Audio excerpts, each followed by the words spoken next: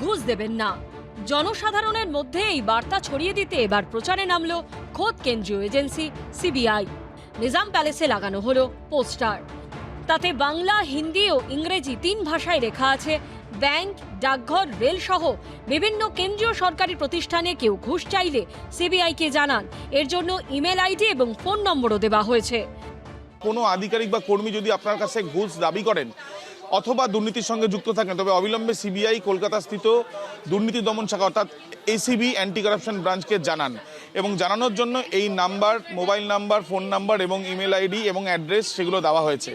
মূলত যেটা জানা যাচ্ছে যে এই যে প্রচারের পেছনে কারণ হচ্ছে যে বিভিন্ন জায়গা থেকে বিভিন্ন অভিযোগ সিবিআইয়ের কাছে এসছে, এই ধরনের ঘটনা যাতে কোনো রকমভাবে কোনো পুনরাবৃত্তি না হয়। রাজ্যে পালাবদলের পর নতুন সিদ্ধান্ত নিয়েছে বিজেপি সরকার। এখন কেন্দ্রীয় সরকারি কর্মী এবং কোনো কেন্দ্রীয় সংস্থার সঙ্গে যুক্ত ব্যক্তিদের বিরুদ্ধে সরাসরি তদন্ত করতে পারে সিবিআই। 2018-তে রাজ্যের তৃণমূল সরকারের আমলে সিবিআই এর ওপর লাগাম টানা হয়েছিল। 8 বছর পর সেই সিদ্ধান্ত প্রত্যাহার করেছে রাজ্যের নতুন বিজেপি সরকার। এখন কেন্দ্রীয় সরকারি কর্মী এবং কোনো কেন্দ্রীয় সংস্থার সঙ্গে যুক্ত ব্যক্তিদের বিরুদ্ধে সরাসরি তদন্ত করতে পারে সিবিআই। এর জন্য আলাদা করে আর কোনো অনুমতি নিতে হবে না ওই কেন্দ্রীয় তদন্তকারী সংস্থাকে। এই আবহেই যাতে কোনো কেন্দ্রীয় সরকারি আধিকারিক বা কর্মী ঘুষ নিতে না পারেন, তার জন্য প্রচার শুরু করল সিবিআই। আবিদ দত্তের রিপোর্ট, এবিপি আনন্দ, কলকাতা।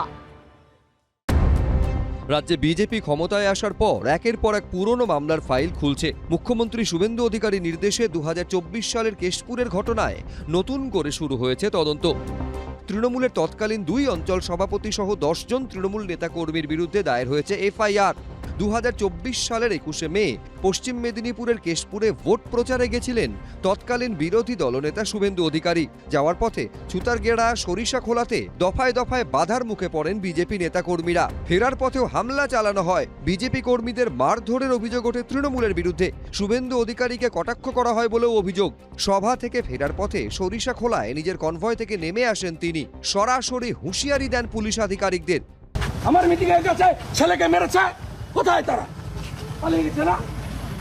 জন মারছিল, আপনি ছিলেন, দাঁড়িয়ে দাঁড়িয়ে দেখছিলেন। বেতন ভাই কোথায় আপনাদের? না 1 লাখ টাকা বেতন পায়, লজ্জা লাগে না? ইলেকশন কমিশনের আন্ডারে আছে, সাহস। এখন তিনি রাজ্যের মুখ্যমন্ত্রী। মঙ্গলবার কেশপুরে দাঁড়িয়েই ফাইল খোলার নির্দেশ দেন মুখ্যমন্ত্রী শুভেন্দু অধিকারী। 24 সালে লোকসভা ভোটে এই কেশপুরে আমাকে সভা করতে যাওয়া বাধা দেওয়া হয়েছিল, মানিনি। আমি বলবো, আমি কিচ্ছু বলিনি। মাননীয় এসপি, ওই মামলাটা আপনি বের করবেন। যারা জড়িত ছিল তাদেরকে আমি জেলে দেখতে চাই। এরপরই কেশপুর থানায় অভিযোগ দায়ের করেন বিজেপি নেতা তারক জানা। খুনের চেষ্টা সহ একাধিক জামিন অযোগ্য ধারায় দায়ের হয় মামলা। যারা দুষ্কৃতী আছে ওদের নেতৃত্বে এবং এই সাথে আরো অনেকে শুভেন্দু অধিকারীকে প্রাণে মারার চেষ্টা করে এই সেটায়, এবং আমাদের কর্মীদের ওখানে আহত হয়। তৎকালীন আমরা এফআইআর করতে পারিনি, কারণ রাতের অন্ধকারে যে আবার বাড়িতে শাসানি ধমকানি হয়। তৃণমূলের কেশপুরে 11 নম্বর অঞ্চলের প্রাক্তন সভাপতি কাজী শাহাদাত, 14 নম্বর অঞ্চলের প্রাক্তন সভাপতি ভাস্কর চৌধুরী সহ 10 জন তৃণমূলের নেতা কর্মীর বিরুদ্ধে এফআইআর দায়ের হয়েছে। আপনার নাম শুনেছেন বেঙ্গল ফাইলস, মানে একটা সিনেমা। কেশপুরে সেরকম সিনেমা নয়, এখানে তো সন্ত্রাস, ভয়, ভীতি, আতঙ্ক, অত্যাচার, লুটপাট, এটা একটা মানে ট্র্যাডিশন করে তুলেছিল তৃণমূল কংগ্রেস। শুভেন্দুবাবু অনেকবার কেশপুরে এসেছেন, যতবারই এসেছেন এখানে বিভিন্নভাবে আক্রান্ত করা হয়েছে। আগামী দিনে আরো অনেক মামলা রুজু হবে, কারণ এখানে বহু অর্থনৈতিক কেলেঙ্কারি এই তৃণমূল কংগ্রেসের নেতারা করেছে। পুলিশকে সম্পূর্ণভাবে রাজনৈতিকভাবে ব্যবহার করা হচ্ছে। একটা পলিটিক্যাল লাইন মাননীয় মুখ্যমন্ত্রী বা তাঁর দল একটা স্থির করে দিচ্ছে। ফলে মুখ্যমন্ত্রী যখনই এই ধরনের একটা ফাইল খোলা একটা ঘোষণা করেন, তখন হচ্ছে সেই এলাকায় উনি মিসড কল দিচ্ছেন যে মমতা বন্দ্যোপাধ্যায় তৃণমূলের সঙ্গে থাকলে পুলিশ দিয়ে হ্যারাস করাবো, তোমরা ডিস্টেন্স তৈরি করো, অন্যদিকে যাও। ওপর থেকে নিচ, সাংসদ থেকে বিধায়ক, বিধায়ক থেকে কাউন্সিলর, কাউন্সিলর থেকে পঞ্চায়েত, পঞ্চায়েত থেকে বুথ কর্মী, একেবারে এই ধরনের মিসড কলের উপর পুলিশকে ব্যবহার করা হচ্ছে।